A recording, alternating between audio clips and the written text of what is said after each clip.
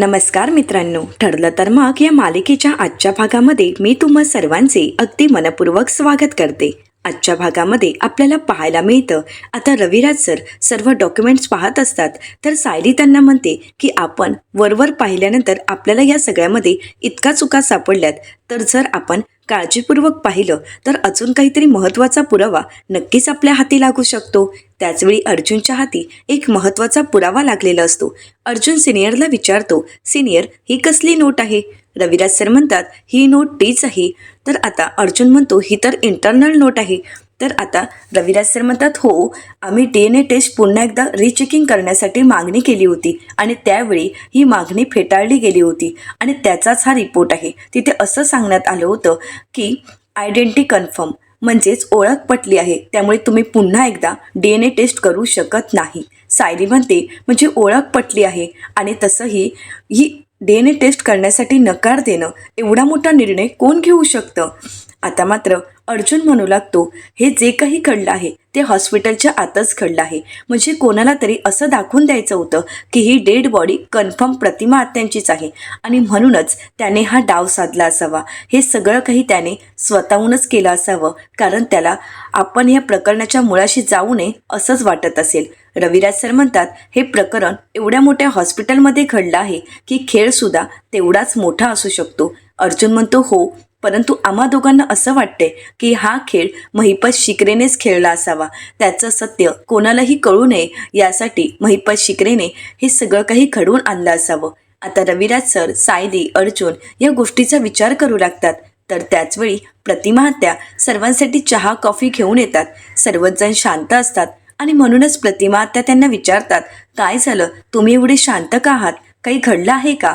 हाती काही पुरावे लागले आहेत का? रविराज सर म्हणतात, हो, अनेक गोष्टींचा खुलासा होतोय प्रतिमा. अनेक गोष्टी नव्याने कळत आहेत आणि एकावर एक धक्के बसतायत. अगं, 22 वर्षापूर्वी ज्या गोष्टी घडल्या होत्या त्या अजूनही 22 वर्षानंतरही संपल्या नाहीत. हा गुंता एवढा किचकट आहे ना की तो गुंता सोडवणं खरंच खूप कठीण आहे. म्हणजे जेवढा गुंता सोडवण्याचा प्रयत्न करतोय तेवढे नवनवीन खुलासे होत जात आहेत. तर अर्जुन म्हणतो, आत्तापर्यंत आपण जो काही शोध घेतला त्यामध्ये आपल्याला फक्त 50%च गोष्टी कळल्या आहेत. अजून कितीतरी गोष्टी आपल्यापासून अंधारातच आहेत आणि त्या गोष्टी आपल्याला शोधायच्या आहेत.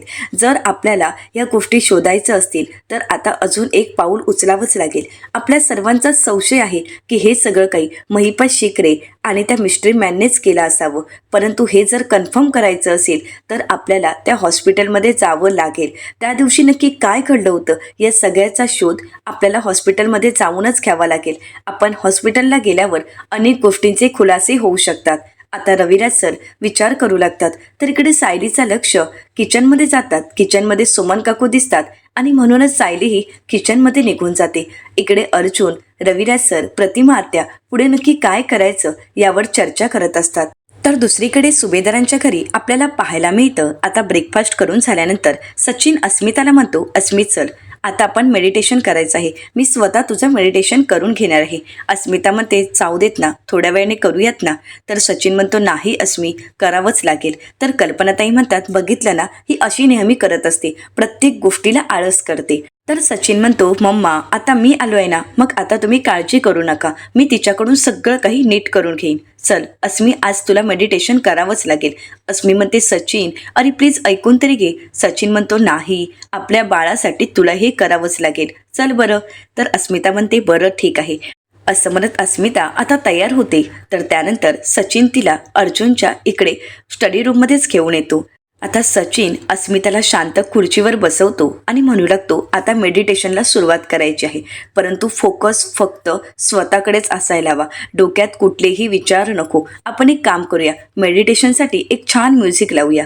आता सचिन अस्मिताच्या मोबाईलवर खूप छान अशी म्युझिक लावतो आणि अस्मिताला म्हणतो, डोळे बंद आणि कशा प्रकारची पोझिशन करायला हवी हे सगळं काही तिला समजावून सांगतो. आणि त्यानंतर दीर्घ श्वास घे आणि हळुवारपणे श्वास सोड असं म्हणत तिच्याकडून मेडिटेशन करून घेत असतो. आता हे सगळं चालू असताना अचानकच सचिनचा हात तिथे टेबलवर असणाऱ्या फाईलला लागतो आणि फाईल खाली पडते. सचिन म्हणते, अरे. अस्मिता म्हणते, काय आहे? अरे, या तर अर्जुनच्या ऑफिसच्या कामाच्या फाईल आहेत. सचिन म्हणतो हो, पण तू तुझा फोकस हलवू नकोस, मी सगळं काही नीट ठेवेनच. आता अस्मिता पुन्हा एकदा मेडिटेशनला सुरुवात करते.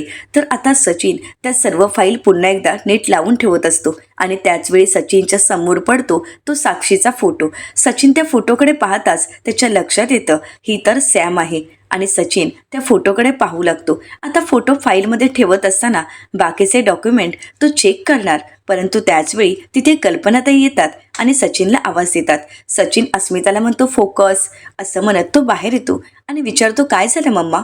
तर कल्पनाताई म्हणतात अरे काही नाही, आज अस्मिताला गायनेटकडे घेऊन जायचंय ना, मग तू घेऊन जाशील का की मीच घेऊन जाऊ. तर सचिन म्हणतो नाही मम्मा, मी जाईन घेऊन, तुम्ही काळजी करू नका, मी आहे ना इथे. तर कल्पनाताई म्हणतात हेच तर मला कन्फर्म करून घ्यायचं होतं, बरं ठीक आहे मी येते असं म्हणत कल्पनाताई तिथून निघून जातात. आणि त्याचवेळी सचिनला आता पुन्हा एकदा साक्षीचा फोन येऊ लागतो. मोबाईलवर सॅमचं नाव आणि तिचा फोटो दिसत असतो. आता मात्र सचिनला नक्की हे काय चालू आहे काहीच कळत नाही. सचिन आता त्या फोटोचा आणि आपल्या मोबाईलवर येत असणारे ती सॅम म्हणजे साक्षी शिकरे हिचा विचार करत असतो. तर दुसरीकडे पाहायला मिळतं प्रिया मात्र भरपूर खुश असते. आता प्रिया स्वतःचंच कौतुक करत म्हणते किती छान काम केलंय ना मी. आता तिथे नागोबा आणि ते महिपत भांडत बसतील आणि मी मात्र सेफ असं म्हणत प्रिया खुश होते आणि म्हणते जरा डिवचण्यासाठी या नागोबाला फोन करू का असं म्हणत प्रिया आता नागराज काकांना फोन करते. तर नागराज काका म्हणतात हा प्रिया बोल. तर प्रिया म्हणते बापरे, आज फोन उचलल्यावर एकही टोमणा नाही, सरळ प्रिया बोल असं कसं काय होऊ शकतं. म्हणजे मी केलेला प्लॅन सक्सेसफुल झालाय असंच वाटतंय मला. तर आता नागराज काका म्हणतात हो, सक्सेसफुल म्हणजे पॉवरफुल होता. अगं खरं सांगायचं तर त्या महिपत शिकरेच्या वर्मावरच घाव घातला. तुला सांगू का, तो इतका घाबरून गेला होता ना, खरं तर ते पाहायला तू इथे हवी होतीस, म्हणजे तुला कळालं असतं की महिपत शिकरे किती घाबरला होता. खरं सांगायचं तर आत्तापर्यंत महिपत शिकरेला एवढं घाबरलेलं मी कधीच पाहिलं नाही. प्रिया म्हणते खरंच, परंतु काका तुम्ही मात्र सावध राहा, कारण तो महिपत शिकरे आहे, तो कधीही काहीही करू शकतो. म्हणजे त्यावेळी कसं आपण दोघं होतो ना, मग आपण दोघंही सगळं काही नीट अगदी मॅनेज करत होतो. परंतु आता तुम्ही मात्र एकटे आहात.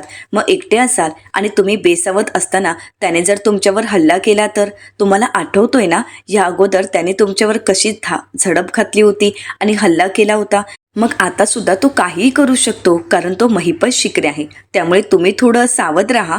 तर आता नागराज काका म्हणतात मला माहीत आहे आणि मला ते सगळं काही आठवते, पण एक गोष्ट विसरू नकोस की त्यावेळी सुद्धा त्याने पळण्याचा प्रयत्न केला, पण मी त्याला पळू दिलं नाही. पण तुझ्या कामचुकारपणामुळे तो तिथून सुटून जाणार होता, पण त्याला मी थांबवलं. आता सगळं काही पुन्हा एकदा फिरून प्रियाच्या अंगाशीच येणार हे प्रियाच्या लक्षात येताच प्रिया म्हणू लागते बरं, माझा तुमच्यावर विश्वास आहे, तुम्ही त्याला काही जाऊ देणार नाही, पण आता मी फोन ठेवते असं म्हणत प्रिया फोन ठेवते.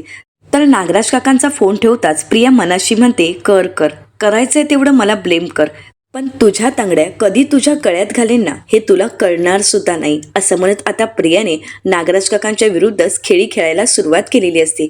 तर दुसरीकडे किल्लेदारांच्या घरी सुमन काकू किचनमध्ये काम करत असतात.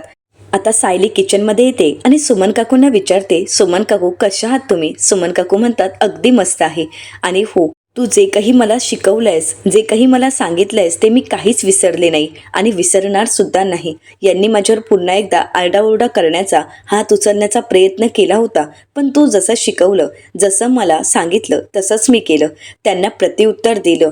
तर सायली म्हणते खरंच. तर सुमन काकू म्हणतात हो खरंच. खरं तर मलाच आश्चर्य वाटू लागलं की मी हे खरंच केलं असेल का, खरंच मी हे कसं केलं. परंतु सायली तुझ्याशी बोलल्यानंतर मला खरंच खूप धीर आला आहे. सायली म्हणते सुमन काकू तुम्ही धीराच्या आहातच, फक्त मी तुम्हाला त्या सगळ्याची जाणीव करून दिली. तर सुमन काकू म्हणतात नाही ग, तू फक्त जाणीव करून दिली नाहीस तर नवीन सुमन घडवलीस, मला माझी नवीन ओळख करून दिलीस, माझ्यातील आत्मविश्वास जागा केलास. या सगळ्यासाठी मी तुझे आभार कसे मानू मला काहीच कळत नाही. तर सायली सुमन काकूंना म्हणते सुमन काकू माझे आभार मानायचे असतील ना तर एक गोष्ट कायम लक्षात ठेवा, अन्याय कधीही सहन करायचा नाही, अन्यायाविरुद्ध आवाज उठवायचा. नागराज काकांनी केलेला अन्याय सहन नाही करायचा, उलट त्यांना याची जाणीव करून द्यायची की त्यांच्या इतकंच संसारात त्यांच्या बायकोलाही तितकंच महत्त्व आहे. तर आता सुमन काकू म्हणतात ते तर मी करणारच आहे ग, पण सायली, तू शांत का? कसला विचार करतेस? काय झालंय? सायली म्हणते, सुमन काकू, मला तुमची एक मदत हवी होती. सुमन काकू म्हणतात, सांग ना गं, काय हवी आहे मदत, सांग. मी तुझी कोणतीही मदत करायला तयार आहे. सायली म्हणते, खरं तर अशी वेळ कुठल्याच घरातील व्यक्तीवर येऊ नये, परंतु आता मला तुम्हाला हे काम सांगावं लागते. सुमन काकू म्हणतात, काय झालंय सायली? अगं सांग ना, तू एवढ्या दडपणाखाली का आहेस? तर सायली म्हणते, सुमन काकू, तुम्ही नागराज काकांवर लक्ष ठेवाल का? कारण नागराज काका कुठे जातात, काय करतात, ही सगळी माहिती आपल्याला मिळायला हवी. म्हणजे नागराज काका कोणाला भेटतात, ते कोणाला फोन करतात, फोनवर कोणाशी काय बोलतात, ते कोणाला मेसेज करतात, त्यांना कोणाचा मेसेज येतो आणि ते नक्की कोणाला भेटायला जातात, ही सगळी माहिती तुम्ही शोधून काढाल का? त्यासाठी तुम्ही त्यांच्यावर लक्ष ठेवाल का? सायली म्हणते, सॉरी सुमन काकू, परंतु मला आता तुमच्या खरंच मदतीची गरज आहे. सुमन काकू म्हणतात, खरं तर हे करताना मला खूप वाईट वाटेल गं, पण हे सगळं काही त्यांनीच ओढावून घेतलेलं संकट आहे. खरं तर त्यांच्या पायाला किती चिखल लागला हे मला सुद्धा कळायला हवं. आणि म्हणूनच सायली, तू काळजी करू नकोस, मी यांच्यावर लक्ष ठेवेन, त्यांच्यावर बारीक नजर ठेवेन. हे नक्की कोणाला भेटायला जातात, हे सगळं काय प्रकरण आहे, या सगळ्याच्या मुळाशी जाण्याचा आणि तुम्हाला मदत करण्याचा मी नक्कीच प्रयत्न करेन. मी त्यांच्यावर नजर ठेवेन आणि जर मला काही खटकलं, जर मला काही वेगळं वाटलं, तर मी लगेच तुम्हाला फोन करेन, तुला किंवा अर्जुनला सगळं काही सांगेन. सुमन काकू सायली अर्जुनला त्यांच्या कामामध्ये मदत करायला तयार झालेले असतात. हे पाहून सायली खूप खुश होते. दुसरीकडे पाहायला मिळतं, सायली अर्जुन आता किल्लेदारांच्या घरून निघालेले असतात. अर्जुन विचार करत असतो. सायली विचारते, काय झालंय, कसला विचार करताय? तर अर्जुन म्हणतो की आपल्याला जर हॉस्पिटलमधून ही सगळी काही माहिती काढायची असेल तर त्यासाठी आपल्याला एका व्यक्तीची मदत लागणार आहे. सायली विचारते, कोणत्या? तर अर्जुन म्हणतो, अशा व्यक्तीची की ज्याला मेडिकलबद्दल सगळ्या गोष्टींची माहिती असेल, अशा व्यक्तीची मदत ज्याला या सगळ्या गोष्टींची माहिती असल्यामुळे आपल्याला त्याची मदत होऊ शकते. तर सायली म्हणते, अश्विन भाऊजी, अश्विन भाऊजींची तर आपण मदत घेऊ शकतो ना?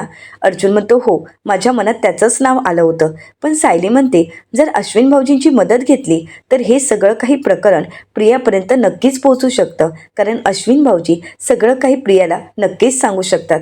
अर्जुन म्हणतो, तेच तर माझ्या मनात आलं होतं, कारण आपल्याला हे सगळं काही नीट हाताळायचं आहे, या गोष्टी घराबाहेर जायला नकोत आणि म्हणूनच आपल्याला यातील कोणाला काही कळू द्यायचं नाही आणि त्यासाठी अश्विनला कन्व्हिन्स करावं लागेल. पण अश्विन ऐकेल की नाही काहीच माहीत नाही. सायली म्हणते, काळजी करू नका, मी अश्विन भाऊजींशी बोलेल. आता अर्जुन सायलीला म्हणतो, ते तर तू करशीलच ग, कारण तुझ्या बोलण्यात ना एक वेगळीच जादू आहे. सायली म्हणते, असं काही नाही, जादू वगैरे मला माहीत नाही, परंतु आत्ताच मी सुमन काकूंशी बोलले, सुमन काकू नागराज काकांवर लक्ष ठेवायला तयार झाले आहेत. अर्जुन विचारतो, काय खरंच? तर सायली म्हणते, हो, त्यांना थोडा त्रास होणार आहे, तरीसुद्धा ते या सगळ्यासाठी तयार झाले आहेत. अर्जुन म्हणतो, हेच, या जादूबद्दल मी बोलत आहे. सायली म्हणते, बस आता चला. असं म्हणत आता सायली निघणार, परंतु अर्जुन पुन्हा एकदा सायलीला म्हणतो, सायली, अगं अस्मिताई कशी आहे? सायली म्हणते, अस्मिताई अगदी ठीक आहेत, परंतु तुम्ही सतत अस्मिताईला का विचारत असता? तुम्हाला काही एवढी काळजी वाटते? नक्की काय झालंय? अर्जुन म्हणतो, काही नाही, डिलिव्हरीची डेट जवळ आली आहे, मग त्यात मूड वगैरे चेंज होणं आणि म्हणून ताईची काळजी वाटत आहे. सायली म्हणते, बरं ठीक आहे, पण काळजी करू नका, अस्मिताई अगदी व्यवस्थित आहेत आणि आता सचिन भाऊजीही घरी आले आहेत. सचिन भाऊजी घरी आल्यानंतर अस्मिताताईंना किती आनंद होतो हे तर तुम्हाला चांगलंच माहीत आहे. चला आपण निघूयात. असं म्हणत सायली पुढे निघून जाते. इकडे अर्जुन म्हणतो, सचिन, असं म्हणत अर्जुनला सचिनचा खूप राग येत असतो. तर दुसरीकडे आपल्याला पाहायला मिळतं, नागराज काका फोनवर बोलत असतात आणि म्हणतात, हो, मी हे काम करणार आहे, मी म्हणालो ना, मी तुझे पैसे देणार आहे, मी तुझे पैसे बुडवणार नाही, मी लवकरच तुला पैसे देईन. आता सुमन काकू हे सगळं काही ऐकत असतात. नागराज काका पुढे म्हणतात, हो, तुला कॅशने हवे आहेत ना पैसे, मग मी कॅशने देईन, पण जरा शांत होशील का? असं म्हणत नागराज काका त्याला शांत करतात आणि फोन ठेवणार, तर मागे येऊन पाहतात तर सुमन काकू तिथे असतात. आता नागराज काकांनी पाहिल्यावर सुमन काकू सुद्धा फोनवर बोलण्याचं नाटक करतात आणि म्हणतात, हो, मी म्हणाले ना, मोहरीपेक्षा जिऱ्याचीच फोडणी दे, छान होईल, मावशी करून बघ एकदा. चल मावशी, मी फोन ठेवते, मी तुला नंतर फोन करते. असं म्हणत सुमन काकू आता फोन कट केल्याचं नाटक करतात. नागराज काका रागाने सुमन काकूंचा हात धरतात आणि म्हणतात, काय काय, मी जिथे जाईन तिथेच तुला तडमडायचं होतं का? म्हणजे तुला इतर कुठेच जागा नाही आहे का? दे तो मोबाईल, दे इकडे. असं म्हणत नागराज काका सुमन काकूंच्या हातातील मोबाईल खेचून घेतात आणि बेडवर फेकून देतात आणि म्हणतात, फोनवरच बोलायचं होतं ना, मग जायचं होतं दुसरीकडे कुठेतरी. इथेच तडमडायची काही गरज होती का? म्हणजे मी जिथे फोनवर बोलतोय तिथेच तुला यायचं होतं का? काय गरज होती हे सगळं काही करायची? सुमन काकू आता नागराज काकांच्या बोलण्याला प्रत्युत्तर देत म्हणतात, आता मी फोनवर कुठे बोलायचं हे सुद्धा तुम्हीच ठरवणार आहात का?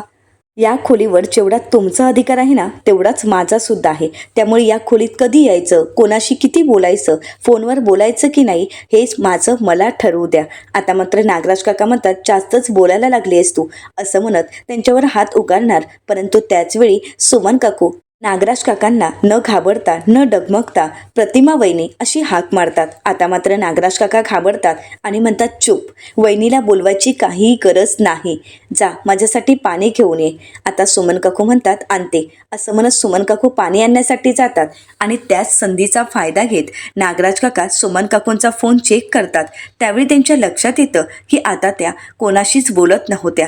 नागराज काका म्हणतात, आता मी मोबाईल पाहिला, म्हणजे हिचा 2 तासापूर्वी शेवटचा कॉल होता. आता ही इथे येऊन फोनवर बोलण्याचं नाटक करत होती, म्हणजे ही माझ्यावर लक्ष ठेवून आहे का, असा प्रश्न त्यांच्या मनात निर्माण होतो.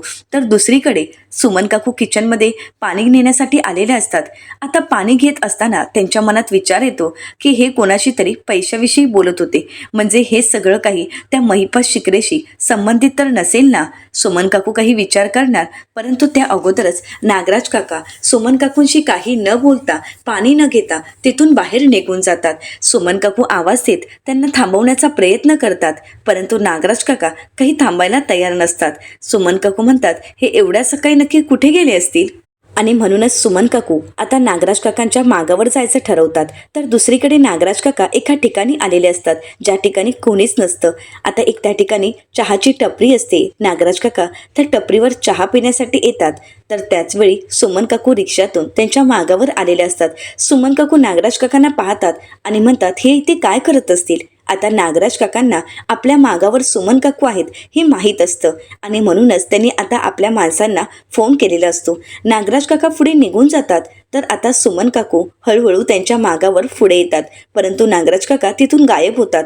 पण त्याचवेळी नागराज काकांनी पाठवलेली माणसं आता सुमन काकूंच्या जवळ येतात आणि त्यांच्या हातात चाकू असतो आणि सुमन काकूंना म्हणतात, गळ्यातील मंगळसूत्र दे. सुमन काकू म्हणतात, नाही देणार. परंतु चाकूचा धाक दाखवल्यामुळे सुमन काकू घाबरतात आणि त्या लगेचच गळ्यातील मंगळसूत्र काढून देतात. आणि हे सगळं काही नागराज काका पाहत असतात. नागराज काका म्हणतात, सुमन, आता या सगळ्याचा तू कसा सामना करणार आहेस, असं म्हणत ते हसत असतात. तर दुसरीकडे सुमन काकू घाबरूनच मंगळसूत्र काढून देतात. तर त्यानंतर ते दोघेही सुमन काकूंना म्हणतात, हातातील बांगड्या काढून दे. आता सुमन काकू त्यांना चकवा देत तिथून पळून जातात. तर त्यानंतर नागराज काकांची माणसं नागराज काकांना म्हणतात, साहेब, तुमचं काम झालं आहे, असं म्हणत ते मंगळसूत्र त्यांच्याकडे देतात आणि तिथून निघून जातात. नागराज काका म्हणतात, सुमन, माझं एक काम तर तू पूर्ण केलंसच. आता नागराज काकाही खुश असतात, परंतु सुमन काकू घाबरतच घरी येत असतात. तर दुसरीकडे पाहायला मिळतं, सुभेदारांच्या घरी कल्पनाताई आणि सायली सगळी आवरावर करत असतात. तर सायली कल्पनाताईंना म्हणते, आई, आज तर भरपूर कोशिंबीर उरली आहे, आई मी ती फ्रीजमध्ये ठेवते. कल्पनाताई म्हणतात, बरं, पण सायली मी तुला सांगायला विसरले, सांगायचं राहूनच गेलं. सायली म्हणते, काय झाले आई? तर कल्पनाताई म्हणतात, अगं, पूर्णाईंचा फोन आला होता. त्या म्हणत होत्या की येत्या 2-3 दिवसात त्या परत येणार आहेत. तर सायली म्हणते, माई आजींची तब्येत ठीक आहे वाटतं. तर कल्पनाताई सायलीला म्हणतात, हो, आता माई आजी ठीक आहेत. पूर्णाई म्हणत होत्या की येत्या नवीन वर्षात तरी मला घरी यायला मिळू देत, म्हणजे झालं. तर सायली म्हणते, हो नाही, हे वर्ष कसं सरलं काहीच कळालं नाही. वर्षाच्या सुरुवातीला मला माझ्या घरी येता येईल की नाही, तुमचा राग मी काढू शकेन की नाही, हे सगळं काही कधी संपेल याचाच विचार चालू होता. तर कल्पनाताई म्हणतात, सायली, आईचा राग जास्त काळ टिकतो का गं? अगं, आई जास्त काळ मुलांवर नाही रागवू शकत आणि तुझ्यावर तर नाहीच नाही. सायली म्हणते, हो ना, हे वर्ष तर निघून गेलं, परंतु येणारं वर्ष हे खरंच खूप छान असू देत. खरं तर येणाऱ्या वर्षात सगळ्यात आनंदाची बातमी असणार ती म्हणजे अस्मिताताईंचं बाळ. ते एकदा घरात आलं की ह्या घराचं गोकुळ होऊन जाईल आणि मग मात्र सर्वच जण त्यांच्या अवतीभोवती. किती आनंदाचा क्षण असेल ना तो. तसाच आनंद मधुभाऊंच्याही आयुष्यात येऊ देत आणि सुमन काकूंच्याही. तर कल्पनाताई म्हणतात, हो ना गं, बिचारी सुमन, किती हे सगळं काही सहन करते आणि खरं तर मला नागराज भाऊजींचा खूप राग आला आहे. तुम्ही शांत राहायला सांगितलं म्हणून, नाहीतर मी नागराज भाऊजींना जाब विचारलाच असता. मी त्यांना नाही सोडलं असतं. सुमनने का अपमान सहन करावा, का तिने हे सगळं काही सहन करावं? मला तर सुमनची खूप काळजी वाटत आहे. ही तन्वी काही कमी होती का, की आता नागराज भाऊजींनी हे सगळं काही करायला सुरुवात करायला हवं होतं? तर सायली म्हणते, आई सगळं काही ठीक होईल. आता प्रियाचा सुद्धा खरा चेहरा हळूहळू अश्विन भाऊजींना कळू लागला आहे. तर कल्पनाताई म्हणतात, पण त्याचा काय उपयोग? अश्विन किती जरी त्याला सत्य कळालं तरी सुद्धा तन्वीच्या पाठीमागे अगदी ठाल बनून उभा असणार आहे. एवढं सगळं होऊन सुद्धा त्याला तिचं सत्य कळतच नाहीये. आत्तापर्यंत तिने काय केलंय हे आपल्या सगळ्यांना कळालं आहे, परंतु अश्विनला मात्र नाही. नाहीतर जेलमधून आल्यानंतर आम्ही कोणी तिला घरात घेतलं असतं का? अश्विनमुळे तिला घरात घ्यावं लागलं. अश्विनमुळे ती आज या घरात आहे, नाहीतर कधीच तिला मी हाताला धरून घराबाहेर हाकललं असतं. कल्पनाताईंना हे सगळं काही आठवल्यानंतर खूप मनस्ताप होत असतो. सायली म्हणते, आई प्रियाचा विषयच तुम्ही काढू नका. खरं तर त्या गोष्टींचा विचारही करू नका. या वर्षात जे जे काही चांगलं घडलं या सगळ्याचा तुम्ही विचार करा, कारण ते सर्व काही आपल्यासाठी आनंदाचे क्षण आहेत आणि त्या आनंदाच्या क्षणांचाच तुम्ही विचार करा. सायली म्हणते, या वर्षाच्या माझ्या खरंच खूप गोड आठवणी आहेत. माझं कुटुंब मला परत मिळालं, माझी माणसं मला परत मिळाली. मी पुन्हा एकदा या माझ्या घरात येऊ शकले. एवढंच नाही तर मधुभाऊंवर झालेले खोटे आरोप ते सुद्धा सिद्ध झालेत आणि मधुभाऊंची निर्दोष सुटका झाली. प्रतिमा आत्यांची स्मृती पुन्हा आली. त्यांना सगळं काही आठवायला लागलं. हाच तर माझ्यासाठी खूप मोठा आनंदाचा क्षण होता.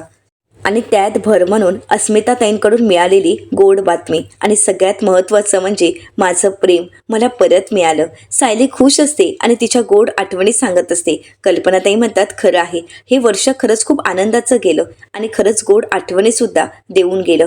या वर्षात खूप काही चांगल्या गोष्टी घडल्यात जे आपल्या कायम लक्षात राहतील. तर सायली कल्पनाताईंना म्हणते, आई आपण एक काम करूयात का? म्हणजे उद्या जर पूर्णाई यायच्या असतील तर आपण रविराज सर आणि प्रतिमा आत्यांना जेवायला बोलूयात का? तर कल्पनाताई म्हणतात, हो चालेल ना, खरंच खूप छान होईल. आपण सगळ्यांनी एक गेट टुगेदर काढूयात का? म्हणजे वर्षाच्या नवीन सुरुवातीला एक गोड आठवण आपल्यासोबत कायमच राहील. सायली म्हणते, हो आई नक्कीच. असं म्हणत आता दोघेही पुढे नक्की काय प्लॅन करायचा याचा विचार करत असतात.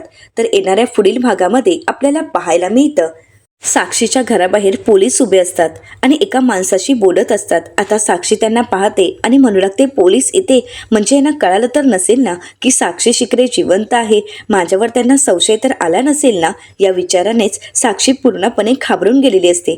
तर दुसरीकडे पाहायला मिळतं, सायली अश्विनला म्हणू लागते, वर्ष सरत आला आहे. या सगळ्या काही कडू आठवणी आहेत त्या ह्या वर्षासोबतच मागे ठेवून एक नवीन सुरुवात करायची आहे. अश्विन भाऊजी जे काही घडलंय ना ते सगळं काही विसरून जा.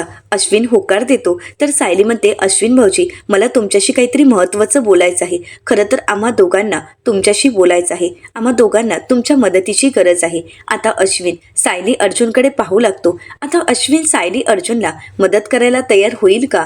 तर दुसरीकडे साक्षीचा संशय खरा ठरेल का? पोलीस साक्षीला पकडण्यामध्ये यशस्वी ठरू शकतात का? हे पाहणं अतिशय रंजक ठरणार आहे. मित्रांनो, अशाच मालिकांचे नवनवीन अपडेट पाहण्यासाठी चॅनलला नक्कीच सबस्क्राईब करा. आजचा व्हिडिओ तुम्हाला कसा वाटला हे कमेंट करून नक्कीच कळवा. आणि आजचा व्हिडिओ जर आवडला असेल तर व्हिडिओला लाईक करायलाही विसरू नका. व्हिडिओ पाहिल्याबद्दल तुम्हा सर्वांचे अगदी मनपूर्वक धन्यवाद.